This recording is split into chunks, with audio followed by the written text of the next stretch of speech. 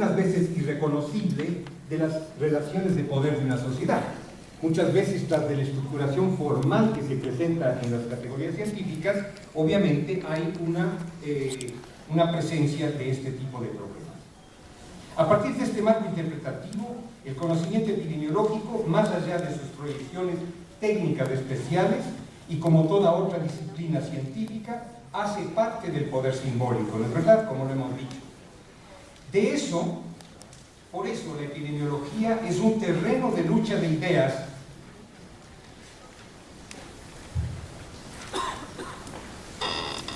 de disputa sobre cómo enunciar la salud y cómo actuar, y esa disputa obedece a intereses sociales encontrados. En esa medida, nuestra disciplina comparte con todas las demás la característica consustancial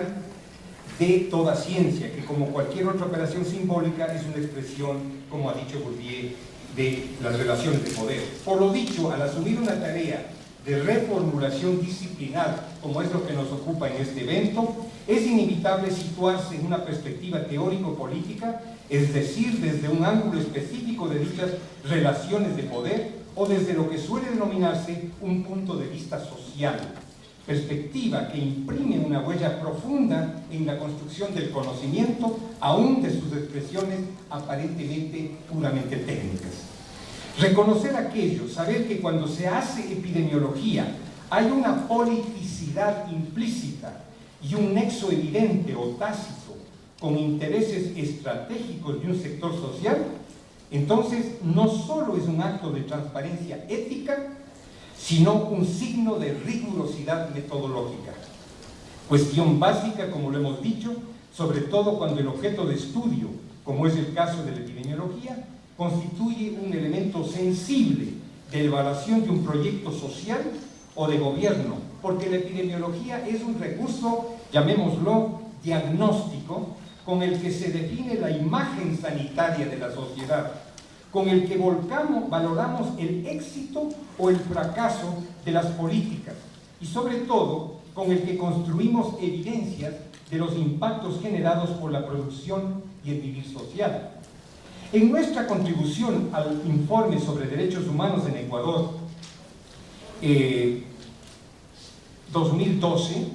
resumimos una amplia base documental compilada por David Michaels sobre casos emblemáticos de una investigación vinculada a los afanes de grandes empresas. En dicha casuística se hace visible el triste papel de una epidemiología bajo contrato aplicada para fabricar la duda del público y de la justicia sobre los impactos humanos y ambientales de producciones peligrosas mediante manipulación estadística y otras formas de dilución de las evidencias, maniobras para implantar la idea de otros factores causales, más elementos de confusión, etcétera, etcétera, y operaciones técnicas para crear incertidumbre por supuestas fallas en el diseño o de datos. Es ciencia dura que termina convertida en un obstáculo del conocimiento. Si bien los casos descritos son ejemplos extremos de una epidemiología venal, una epidemiología en venta, la mayor parte de veces las operaciones de una epidemiología funcional no se tratan de nexos tan directos, sino que la epidemiología convencional, incluso con las mejores intenciones, estructura su discurso metódico de manera que hace invisibles las relaciones de determinación generadas por el sistema económico de acumulación de capital, las relaciones de inequidad que lo reproducen y la destrucción de la naturaleza que se genera. Es decir, el análisis de los paradigmas y modelos con los que ha trabajado la ciencia epidemiológica se encuentra inevitablemente atravesado por las tensiones, impulsos y obstáculos que resultan de esas relaciones determinantes, de lo cual se ha dado una secuencia de confrontaciones en cada periodo histórico. Como lo ilustra la figura número 1, que la ven ustedes, el paradigma de la epidemiología crítica se ha forjado primero en ruptura con el canon de la epidemiología clásica, lineal y reduccionista, y su multicausalismo lineal. Luego, frente al modelo empírico funcionalista de la epidemiología ecológica o ambiental, y ahora frente al de la epidemiología de los llamados determinantes sociales de la salud. El proceso está maduro como para sistematizarlo y resumir lo logrado hasta hoy. Y quiero curarme en sano. Yo no tengo sino profundo respeto y valoración por los teóricos de la epidemiología lineal, por los teóricos de la epidemiología formal matemática. Profundo respeto, aprendemos de ellos mucho. Aquí el cuestionamiento no es ni ético, ni es un cuestionamiento de desvalorización. Es simplemente un cuestionamiento de la necesidad y la urgencia que tengo por la praxis de la que participo de avanzar hacia un paradigma distinto. De ahí se desprende la imposibilidad e inconsistencia de aquellos enfoques que divorcian el análisis de los elementos conceptuales, metodológicos y técnicos de la epidemiología respecto al análisis de las relaciones de poder de nuestras sociedades, inconsistencia que no se subsana con la adición de causas de las causas y con una terminología de determinantes estructurales, pero que siguen insertas esas propuestas en la misma lógica empírico-funcional. Fue en América Latina y no en el norte donde se incubaron las condiciones que dieron nacimiento a la epidemiología crítica más avanzada y a la noción de determinación social de la salud. Esta última expuesta por primera vez por quien habla en una tesis que plantea y desarrolla de manera directa, pormenorizada y ampliamente sistematizada una crítica del paradigma empírico-funcionalista de la epidemiología y propone la noción de determinación social de la salud como herramienta para trabajar la relación entre la reproducción social, los modos de vivir y de enfermar y morir. Cabe aclarar que la epidemiología crítica latinoamericana, si bien se fraguó en escenarios académicos, tuvo siempre como fuelle y motivo de inspiración la lucha de nuestros pueblos por superar un régimen social centrado en la acumulación de riqueza y no las preocupaciones burocráticas de la llamada gobernanza. Es decir, la nota distintiva de su carácter crítico fue siempre asumir la incompatibilidad del sistema social imperante y el modo de civilización que lo reproduce frente a la construcción de modos de vivir saludables. No es su objeto descifrar conexiones empíricas para promover medidas reformistas y representar la entelequia de la salud en una sociedad estructuralmente patógena. La ciencia epidemiológica crítica no puede ser otra cosa que radicalmente emancipadora. Finalmente, y por todo lo que queda dicho, la noción de determinación social de la salud, como toda idea de ruptura, no es el producto aislado de elucubraciones personales, sino la expresión del pensamiento crítico que se había apoderado del movimiento latinoamericano de medicina social, ahora mejor conocido como de salud colectiva, a cuyo origen convergieron las inquietudes de colectivos movilizados, el desarrollo de nuevos instrumentos de análisis y la presencia de un proyecto expreso de transformación, en este caso, del paradigma obsoleto de la vieja salud pública empírico-funcionalista de los años 70. La determinación social y algunos hitos de nuestra ruptura. No vamos a repetir aquí el cuestionamiento a la epidemiología lineal trabajado por varios iniciadores del pensamiento epidemiológico latinoamericano desde los 70 a los 90. Laurel, Samaja, Almeida, Tambellini, Aires, Víctora y otros, incluido el que habla, que generamos una producción que contribuyó a trabajar una refundación, si ustedes quieren, de la moderna epidemiología crítica y que ha sido ampliamente comentada.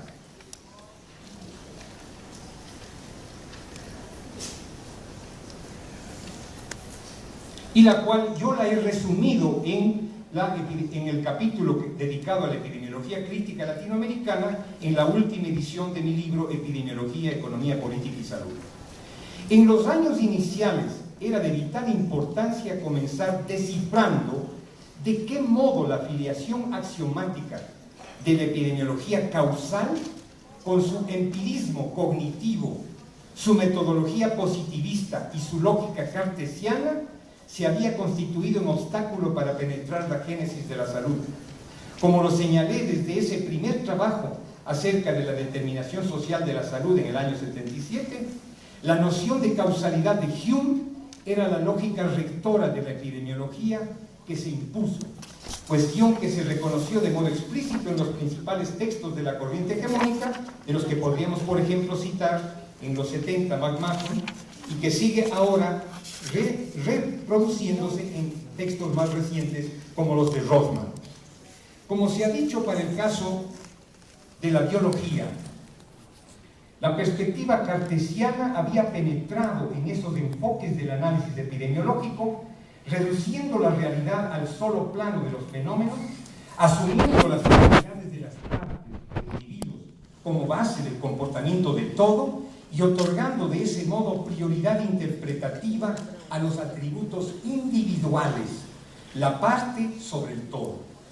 A partir de ese marco, la epidemiología convencional cayó en una distorsión múltiple de la metodología. Primero, A, una explicación apenas fenoménica, reduccionista y fragmentaria de la realidad y la determinación de la salud. B, la primacía absoluta de la asociación causa-efecto como la gran organizadora y lógica del proceso epidemiológico. C, la reificación de la relación causa-efecto como artefacto formal aplicado para identificar factores de riesgo. D, la reducción de la noción de exposición y vulnerabilidad a un problema esencialmente individual de naturaleza probabilística. Y E, lo que es esencial a la hora de organizar la práctica epidemiológica, la reducción de esta en acciones funcionales sobre factores de riesgo. Con esa epidemiología empírica, y a pesar de su robusto arsenal formal, estadístico, no podíamos explicar la relación entre el sistema social, los modos de vivir y la salud. No nos era posible entender tampoco la distribución por clases de las formas e intensidades de exposición humana a procesos peligrosos, ni la vulnerabilidad diferencial de los colectivos situados en inserciones sociales distintas. No había forma de comprender en profundidad el metabolismo sociedad-naturaleza y su impacto social. Y finalmente, con ese modelo era imposible conocer la sociedad para transformarla hacia una salud profunda que fuera el pilar de la nueva salud pública. Los rasgos básicos de un análisis crítico de la salud se nos diluían en las limitantes construcciones empíricas de lugar, persona y tiempo. Y al buscar una apertura hacia las relaciones de la salud con el contexto de la vida, se nos proponía la falsa solución de una epidemiología ecológico-empírica, basada en los principios parsonianos de la teoría de los sistemas en equilibrio, que congelaba la relación entre agente, huésped y ambiente en un proceso de historia natural de la enfermedad.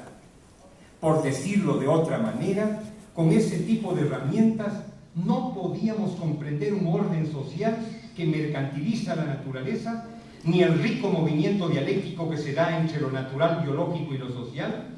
pues el molde estático y rígido de la ecología empírico-funcional reproducía el gran error de la cosmovisión positivista que separa al sujeto de un mundo de objetos que lo rodean y que convierte las relaciones sociedad-naturaleza y social-biológico en meras externalidades entre factores, átomos o variables de la realidad, creando una falsa relación sustitutiva de conexión externa de variables. Lugar y ambiente aparecían desde esa perspectiva como categorías que representan un mundo atomizado de fenómenos empíricamente evidenciables, donde la relación social natural era una más de las conexiones formales que había que incorporar al modelo epidemiológico estadístico. En consecuencia, entendimos el imperativo de construir un nuevo modelo teórico. Teníamos que aprovechar el clima intelectual, en mi caso, propicio de México de los 70, el marco de ruptura de la maestría de Medicina Social de la UAM Xochimilco y especialmente la coyuntura de renovación favorecida por la renuncia de un grupo de alumnos, nuestros ex compañeros, que anhelaban la vieja epidemiología tecnocrática y formal, frente a lo cual otro grupo de nosotros, de esa primera promoción de la UAM, logramos convencer al pensador ecuatoriano Bolívar Echeverría para que dicte una versión adaptada de su renombrado seminario de Economía Política de la UNAM. La maestría acogió con entusiasmo nuestra propuesta y así sumamos esos contenidos al rico programa de ruptura que se cumplía con la presencia de un grupo de maestros latinoamericanos de gran calibre. Eran las herramientas que requeríamos para trabajar y con la que nos lanzamos a la aventura de una tesis crítica en el año 77, en la que buscamos primero establecer un cuestionamiento profundo de la epidemiología causal, de la epidemiología ecológico-empírica y de la salud pública. Esta tesis, a propósito, que ustedes están viendo, le debo el haber recuperado el original justamente al equipo de la Universidad Nacional de Colombia, a Carolina y a Juan Carlos, que han tenido la bondad de salvarla de los archivos de la UAM Xochimilco y que para mí era un documento fundamental del cual yo necesitaba recuperarlo. Gracias a ellos y además por motorizar los debates actuales sobre la determinación social. En fin, establecer un cuestionamiento profundo para luego proponer una epidemiología crítica. En la segunda parte de este documento, que explica las rupturas críticas, ¿no? Baste decir que nuestra propuesta se basó en la determinación social como superación del causalismo, en cuanto se refiere a la producción o génesis de la salud, que aplicamos nosotros la noción de reproducción social en las dimensiones general, particular y singular, como superación, ¿no es verdad?, del empirismo aplanado, y que incorporamos la concepción dialéctica de la relación social y natural biológico como superación del ecologismo empírico. En cuanto a la distribución poblacional de las condiciones de salud, propusimos para entonces una operacionalización epidemiológica de la clase social como superación de los estratos convencionales de la vieja epidemiología. Finalmente, para enlazar producción y distribución de la salud y exponer su complejidad, propusimos la categoría perfil epidemiológico que sintetiza los dos ejes de dicha complejidad: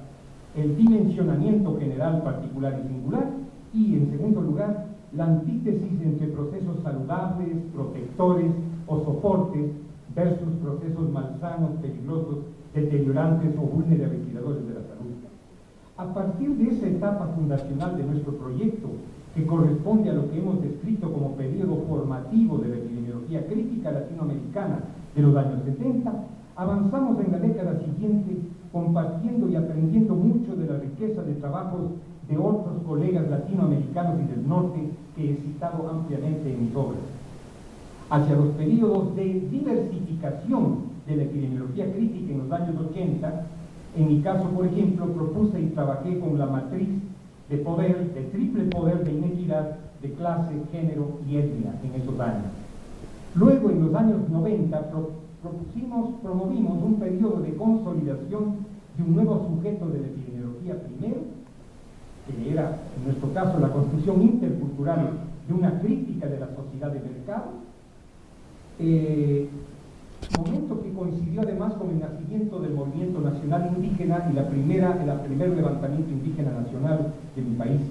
Y con la vuelta del siglo nos enfocamos en la investigación más amplia de lo que es el metabolismo sociedad-naturaleza que habíamos esbozado en la tesis de los 70, en donde se planteaba la interfase con la ecología crítica dialéctica, así como en la crítica de la inviabilidad de un modo de civilización del capital para la salud y la naturaleza, lo que nos llevó al planteamiento de las 4 S de la vida en nuestros escritos más recientes para confrontar la expansión violenta de la acumulación de capital basada en los mecanismos devastadores de convergencia de usos demoledores de alta tecnología, el despojo fraudulento de los recursos vitales de las sociedades subordinadas. Es famoso ahora ya, y hay datos importantes, universales, sobre el problema del land grabbing. La apropiación por compra barata, fraudulenta o por la violencia de la mejor tierra de todo el planeta. África está vendida buena parte de los territorios más fértiles de América están vendidos, y nosotros oímos un discurso tecnocrático hablando de seguridad alimentaria. Para situar en el contexto de esa matriz social devastadora los impactos de la triple inequidad inherente a las relaciones sociales y modos de vivir que han sufrido los asalariados, los subasalariados, los pequeños productores y aún la clase media de nuestros países. El proceso nos ha tomado décadas, y si bien se ha realizado en el escenario académico de la investigación, ha implicado una permanente conexión entre nuestro trabajo epidemiológico con la lucha para confrontar el poder patógeno del sistema social, usando los instrumentos de la ciencia. Ha sido el esfuerzo por acompañar desde el quehacer académico la disputa de los sujetos políticos activos del movimiento popular. Primero contra los peligros para la vida del capitalismo industrial y la marginalización naciente de los años 70, posteriormente frente al agresivo postindustrialismo y desmantelamiento neoliberal de los derechos, que agravó la inequidad y la exclusión social en los 80, y ahora en el siglo XXI, contra la aceleración de la acumulación económica por convergencia de usos peligrosos de la tecnología productiva, el despojo y aún el aprovechamiento de desastres y el shock para la acumulación de capital, que ha modificado el perfil de sufrimiento humano y ha diversificado las formas de exposición masiva a procesos dañinos, amplificando y diversificando los mecanismos de destrucción de los ecosistemas. Procesos que lamentablemente no están logrando realmente revertir ni siquiera los gobiernos o regímenes de América Latina que definen una línea progresista, pues empujan esas sociedades todavía los afanes de una política social apenas redistributiva, débilmente redistributiva, contracorriente al ritmo vertiginoso de concentración de riqueza, inédita, al menos en mi país, y exclusión social de una maquinaria de acumulación de capital hasta ahora intocada. Por debajo de una intencionalidad social, siguen reproduciéndose modos de producir y políticas que no afectan las raíces de una civilización individualista, que se sustenta en un complejo de irracionalidades productivas, energéticas, ambientales, y que se reproduce y recicla gracias al imperio de un consumismo extremo, de un ordenamiento social dependiente de una matriz de derroche energético, de desperdicio de recursos vitales y de una masiva e irreparable generación de desechos. En todo ese camino, una contradicción compleja ha sido el comprender cómo acoplar el debido reclamo de nuestro pueblo por acceso a los servicios asistenciales de la salud individual con la urgencia no siempre comprendida de transformar con sentido preventivo la determinación social de los problemas profundos que determinan la salud. Una interminable reproducción cada vez más intensa y diversa de patología que desfila a las unidades asistenciales. En mi país, en los últimos 4 años de gobierno progresista, se han hecho profundas modernizaciones, ampliaciones de inversiones del sector público de salud. Se ha invertido más en salud que en los últimos 10 gobiernos anteriores. Sin embargo, es tan grande la producción de problemas por este tipo de sociedad que no abastece el sistema de salud para poder dar cuenta de aquello. Entonces, ¿cuáles han sido las rupturas necesarias para la construcción del método de la epidemiología crítica? La salud es un objeto polisémico. La salud como objeto real, la salud como sujeto de conocimiento y la salud como campo de práctica. Nuestra crítica debió enfocarse entonces de manera concatenada en los 3 aspectos. Lo hicimos de ese modo en el entendido de que, para avanzar hacia un paradigma crítico de la epidemiología, debíamos entrelazar las 3 transformaciones complementarias e interdependientes, es decir, el replanteo de nuestra concepción de la salud como objeto complejo, multidimensional. Segundo, la innovación en lo conceptual con categorías y operaciones metodológicas. Y tercero, una transformación de la epidemiología como campo de acción, con sus formas de incidencia y relaciones con las fuerzas sociales movilizadas, todas 3 sometidas a un proceso dialéctico de determinación sociohistórica. El autor desarrolla en la actualidad un proyecto de investigación sobre los paradigmas de la determinación social de la salud como parte de una línea de investigación teórica del área de salud de la Universidad Andina de Ecuador y su doctorado de salud colectiva, ambiente y sociedad, que la impulsamos junto con colegas de la Universidad Nacional de Colombia y gracias al impulso de una alianza interinstitucional coordinada por Carolina Morales. Dicho proyecto pretende abarcar un acervo completo de la literatura epidemiológica. En estas páginas se presenta además un análisis preliminar, exploratorio, enfocado en algunos de los autores que trabajaron en profundidad el tema. Y para ello se aplica el sistema de descripción de dichos paradigmas que el autor emplea y que constan en este diagrama. Este cuadro comparativo para análisis de enfoques sobre determinación social de distintos paradigmas epidemiológicos. Dada la conexión e interdependencia de objeto, sujeto, campo, la categoría de determinación social aplica a los tres. Hay una determinación social del objeto, hay una determinación social de la construcción de los conceptos y hay una determinación social de la praxis. En cada periodo histórico, los cambios y movimientos de la salud como objeto se interrelacionan con las innovaciones conceptuales y las transformaciones de la práctica. Dicho de otro modo, la transformación objetiva, subjetiva y práctica se producen sociohistóricamente en relación con una matriz social determinante. No hay manera de comprenderla separadamente. Hemos trabajado, por ejemplo, la forma de darse esta interrelación en el caso del Ecuador, en periodos como el de la revolución anticolonial del siglo XVIII, luego lo estudiamos esta correspondencia en la revolución juliana de comienzos del siglo XX y finalmente en la etapa de regresión neoliberal más agresiva del 85 al 2006, donde en cada uno de esos periodos se observa cómo la epidemiología va articulando praxis, conceptos y formas de construcción del objeto prioritario de una manera muy clara. La primera ruptura que está señalada en este diagrama y que lo trabajamos como ustedes observan, por un lado, los paradigmas y los autores con los que ejemplificamos los 5 tipos de paradigmas, y tenemos el objeto, el sujeto y el campo, cómo vamos a trabajar en cada uno de estos objetos en términos del orden, el carácter del movimiento, la temporalidad, los elementos del espacio, del objeto epidemiológico, el sujeto de la epidemiología en cuanto a identidad, concepción de la naturaleza, recorte del objeto, criterio de verdad, posición ética y paradigma general en el que se basa, y el campo en sentido de cómo, cuál es el objeto de transformación, cuáles son las relaciones sociales y ambientales, la participación en el conocimiento, la participación comunitaria, ¿no? La intersubjetividad y el vínculo histórico de la clase. Entonces, seguimos con la parte de la determinación social y la ruptura con el objeto lineal. Como hemos dicho, ya que el conocimiento científico en cualquier disciplina se da en el movimiento entre sujeto y objeto en un campo de praxis, ninguno de los tres elementos define el método de manera absoluta. El objeto no existe como un en sí, puro, sin sujeto, como lo cree el positivismo, ni tampoco existe un sujeto en sí, puro, sin objeto, como lo cree la fenomenología.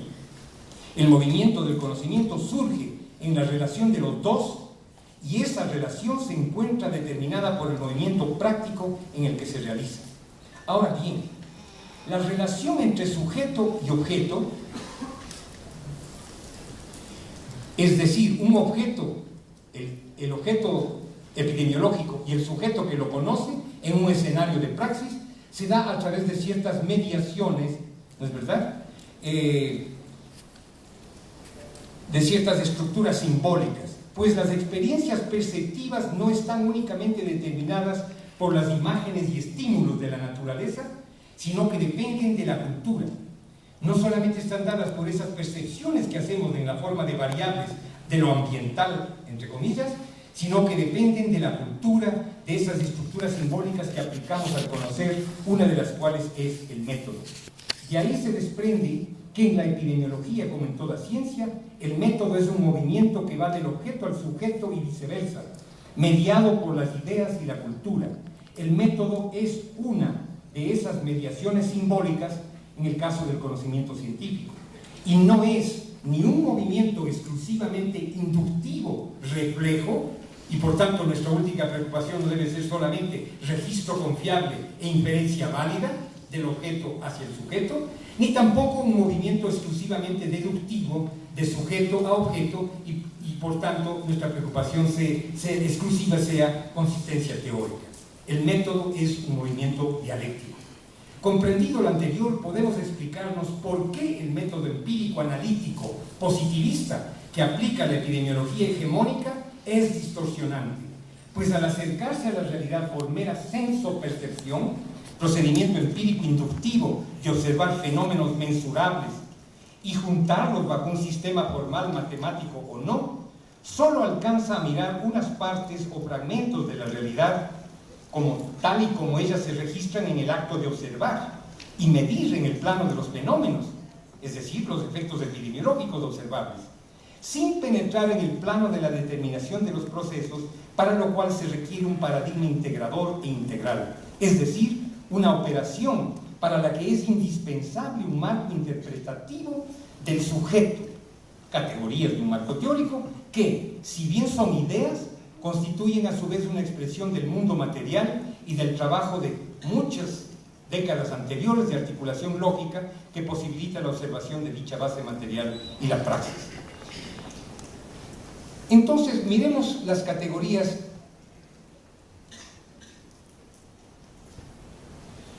para conocer el objeto. Podemos volver a esta imagen de aquí, donde ustedes observan las categorías con las que nos acercan. Para conocer el objeto de la epidemiología, es decir, el ser real epidemiológico y sus propiedades, tenemos que asumir categorías que posicionen nuestro análisis. En otra parte hemos fundamentado in extenso este punto. Interesa aquí destacar las categorías que son indispensables para caracterizar la realidad y comparar los distintos paradigmas epidemiológicos. En el conjunto anexo número 1, que lo puedo hacer llegar a ustedes cuando ustedes me lo soliciten, el anexo a este texto, en este cuadro comparativo consta de 3 partes, ¿verdad? Hay un anexo en el cual te estamos mostrando el primero de ellos. En cada caso, el cuadro respectivo está formado por una matriz de 2 entradas. En el margen derecho constan las dimensiones analizadas, ¿verdad?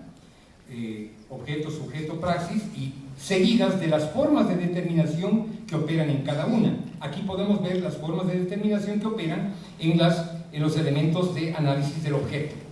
En la parte superior están las columnas de los principales paradigmas epidemiológicos analizados,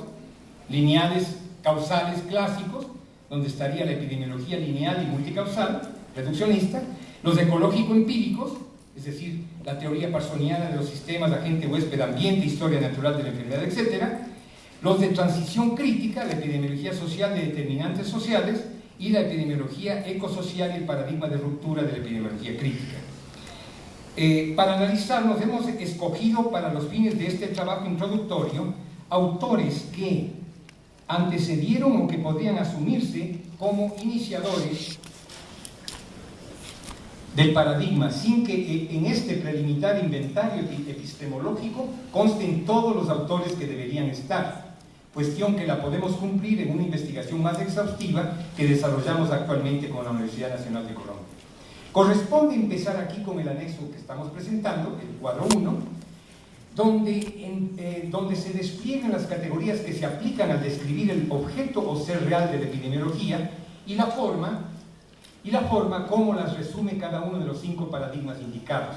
Como hemos dicho, el autor se encuentra desarrollando esta explicación exhaustiva de los modelos. Cabe aquí apenas poner de relieve algunas constataciones básicas en cuanto al modo en que se enfoca o concibe el objeto en cada uno de dichos paradigmas, desglosando el análisis de acuerdo con las dimensiones de la determinación que entran en juego. El orden, es decir, la concepción acerca de lo que es, de lo que mueve al objeto epidemiológico, es decir, el orden social que lo determina, el carácter del movimiento, es decir, la visión de cómo se da su movimiento, la génesis y reproducción del mismo, la temporalidad del objeto epidemiológico, es decir, la concepción del mismo con sus elementos de historicidad, y la descripción del objeto en cuanto a su aspecto espacio social y los elementos, el espacio social de la determinación, la espacialidad, en otras palabras, del objeto epidemiológico, con sus dimensiones, formas de conexión histórica de los elementos entre ellos,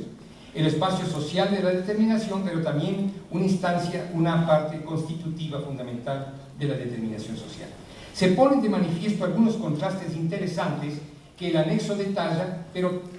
podemos destacar por lo pronto algunas discrepancias de relieve. En cuanto al orden, el primer punto, la conceptualización de la determinación social pasa por la idea de orden social, que es lo que mueve al objeto. En la epidemiología lineal clásica, sea esta unicausal o sea esta multicausal, el orden es causal individual y la se expresa en los principios de conjunción-asociación de Hume, que luego se sofistican en las diferentes etapas de desarrollo de este paradigma, que luego Bradford Hill sistematiza en su memorable ponencia sobre asociación y causación. Desde esta perspectiva, la operación eficiente de una causa gracias a las conexiones externas de esta con el efecto es lo que incide en la explicación fundamental del objeto y sus fenómenos individuales. El principio del movimiento es, para esta visión, la causación. El movimiento es movimiento causal, por conjunción y conexión externa con factores de un ambiente que aparece como cosificado y fragmentado, o como en el caso del clásico paradigma de McMahon, cuando lo aplica al modelo de la hepatitis, cuando ustedes miran que hay una visión donde la clase social es una más de esas cosificaciones y está en la penumbra de la producción del fenómeno. No importa cuánto se sofistique el sistema causal, que sigue siendo lineal y reduccionista, ¿no es verdad? Esto lo habíamos ya cuestionado. El modelo de la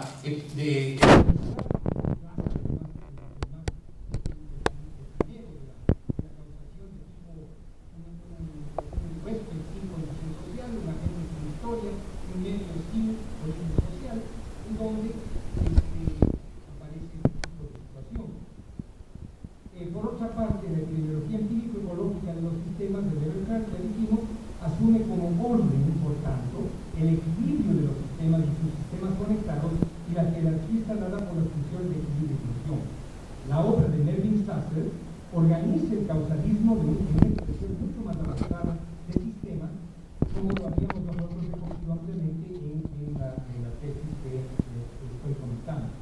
Dicho importante pensador Sasser de la epidemiología causal termina diciendo que, a la luz del razonamiento sistémico, la acción depende de si tenemos en mente el miasma o los microorganismos, las enzimas, las moléculas, la conducta humana o la estructura de las sociedades, con lo cual expresa ya en 1973 una lógica paralela a la de los propulsores del paradigma de los determinantes sociales que se planteó en el 2005-2007. De hecho, el paradigma de la llamada epidemiología social, el modelo de Level-Clark, que da origen a las tres etapas de prevención primaria, secundaria y terciaria, y tenemos en el causalismo también tenemos las tesis de la causa suficiente, completa suficiente, y todos los cambios que ha hecho Rothman en sus textos, y aparecen los modelos ya que rompen, empiezan una ruptura hacia lo que llamaron sus autores determinantes sociales, donde se consolida este modelo que, de hecho, el llamado paradigma de la epidemiología social, propugnado por la Comisión Mundial de la OMS, explica también el orden bajo la noción causal. Lo situamos como paradigma de una transición crítica, en semejanza con lo que había que reconocer a las tesis de Sasser, porque se abre a lo estructural, rompiendo el cerco de la visión más restrictiva de la epidemiología convencional, critica la causalidad incompleta, pero finalmente, como no asume un cambio de paradigma, no llega a la crítica directa de la organización integral de la sociedad y sus rotundas consecuencias en la salud, no analiza el proceso radical de acumulación económica y exclusión social, convertido en eje de la reproducción ampliada del capital. No asumen de este tipo elementos en la lógica de un análisis del movimiento histórico-social de la determinación, y escogen sus autores más bien la vía causal de reificar categorías analíticas en factores o causas estructurales, que, si bien suenan como abstracciones formalmente sonoras, pero están vaciadas de contenido crítico y de movimiento, determinantes estructurales de inequidades, etc. Entonces, este tipo de visión nosotros ya la habíamos analizado y cuestionado. Marmot y Wilkinson la publican, Solar y Irwin están en esta línea, asumen, como nosotros ya lo habíamos hecho en los 70, las dimensiones de lo general, particular y singular, pero convirtiéndolas en niveles de variables o factores causales, y al hacerlo arman su modelo más bien para trabajar acciones focales de gobernanza. Entonces, si bien proyectan una crítica social y el discurso de una epidemiología integral, lamentablemente recaen en una ruptura fallida y una recuperación funcional de los vacíos interpretativos del causalismo. Recuperan el concepto de determinantes estructurales, pero los reducen a la noción de causas de las causas. En términos de diseño metodológico, por esa vía presentan en sus explicaciones y gráficos más lo que es un esquema formal de articulación de variables de gobernanza, confundiéndolo con un modelo teórico categorial inscrito en un marco de referencia crítico que enfoca los procesos de generación y reproducción de la explotación humana y de la naturaleza y de las jerarquías de subsunción entre el sistema social, los modos de vivir de los grupos estructuralmente constituidos y los estilos de vida de las personas con sus familias. Bueno, vamos en función del tiempo. Yo quisiera llegar a los paradigmas críticos. Lo voy a hacer en la tarde de hoy, porque a partir de este punto nos toca entonces mirar cuáles han sido los paradigmas críticos, los planteamientos que se han esgrimido en ese campo, por qué los llamamos críticos, y quizás dar un ejemplo concreto de un proyecto para poder mirar la plena aplicabilidad y concreción de este planteamiento teórico. Muchas gracias.